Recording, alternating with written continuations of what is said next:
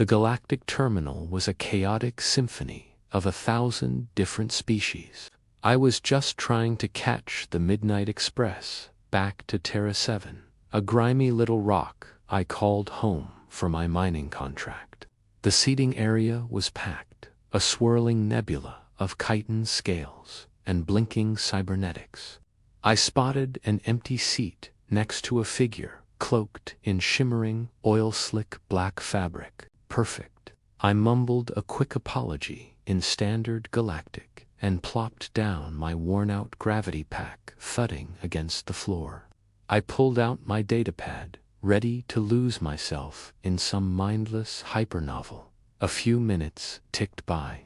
I noticed the being beside me was unnervingly still.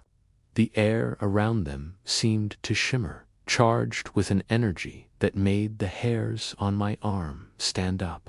The terminal's cacophony seemed to fade, replaced by a low, resonant hum that I felt more than heard. Curiosity got the better of me. I risked a sideways glance. The cloak had shifted slightly, revealing a hand resting on the armrest between us. It wasn't just a hand. It was a masterpiece of biological engineering, long, elegant fingers, ending in tips that glittered like polished obsidian. The skin was a pale, pearlescent lavender, with faint, pulsing silver lines tracing patterns like constellations just beneath the surface. I must have stared a little too long. The hand moved. It turned, palm up, and before I could even process what was happening, those elegant fingers closed around my wrist. The touch wasn't forceful, but it was absolute. An electric jolt shot up my arm, not painful, but utterly overwhelming. It was like my entire nervous system was being scanned, catalogued, and understood in a nanosecond. My heart hammered against my ribs. I tried to pull away, a purely instinctual reaction, but my muscles refused to obey. It was like trying to fight against gravity itself. A voice echoed directly inside my mind, bypassing my ears entirely. It was a voice of impossible depth, like 1,000 choirs singing in a cathedral of stars. You will not leave. My blood ran cold. I slowly, very slowly, turned my head to face the figure.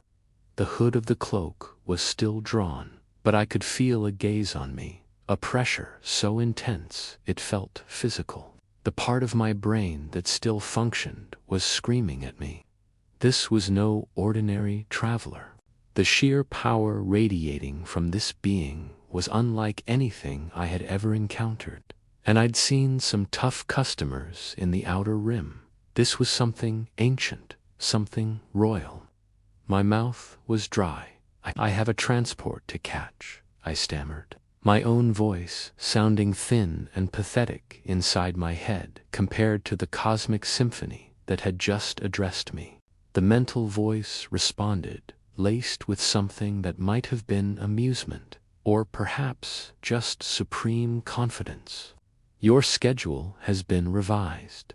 Just then, 2 towering figures materialized on either side of us, as if stepping out of the air itself. They were clad in armor that seemed to absorb the light, their helmets featureless and terrifying.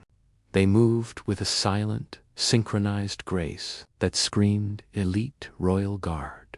Panic, cold and sharp, finally pierced through my shock. I was in way over my head. People were starting to notice, giving us a wide berth, their multifaceted eyes wide with a mixture of fear and awe. The figure beside me finally lifted her head. The cloak fell back, and I forgot how to breathe. It was a face of impossible beauty and severe authority. Her skin was the same pearlescent lavender as her hand, her features sharp and regal. Her eyes were pools of liquid silver, swirling with ancient knowledge and power. A delicate, intricate crown of a crystalline material I couldn't identify rested on her brow. glowing with a soft, internal light. This was the alienqueen, the matriarch of the Xylos Imperium, a species so powerful and reclusive they were considered a myth by most of the galaxy, and I had just sat next to her like she was some random commuter, her silver eyes locked onto mine. "You are interesting," the voice in my head declared. "You carry a spark, a resonance I have not encountered in millennia." My mind reeled. A spark. I was a deep space miner. The most interesting thing about me was the unusually high level of asteroid dust in my lungs. But there was no arguing with her. Her grip on my wrist tightened, not painfully, but possessively. The guards stood like statues, a silent, deadly promise. The terminal's announcer chimed, its cheerful, synthesized voice, a bizarre counterpoint to the cosmic drama unfolding in front of me. Final boarding call for the Terra 7 Express, departing from Gate 9, my ship, my escape, my life. It was leaving without me. The Queen felt my spike of despair. A wave of calming energy washed over me from her touch, silencing my panic with an unnerving efficiency.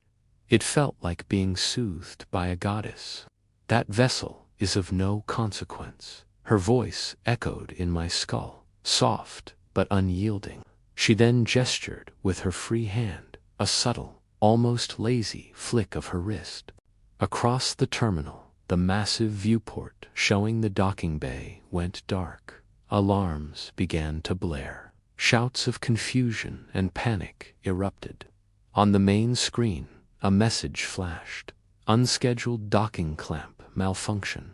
All departures delayed indefinitely. She just shut down an entire galactic hub with a wave of her hand.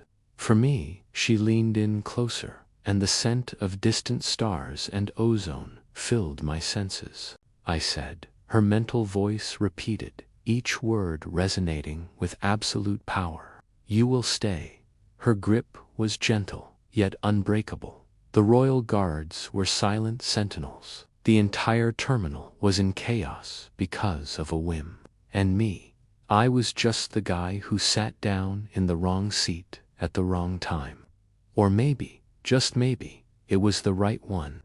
She looked at me, a faint, enigmatic smile playing on her lips. My old life was blasting off into memory, and a new, terrifying, and utterly unpredictable one was just beginning, right here, with my hand in the grasp of the alienqueen.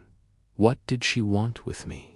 I had no idea, but I knew one thing for sure. I wasn't going to be mining rocks on Terra 7 anytime soon. I could only stare back into those silver eyes and wonder what in the galaxy was going to happen next.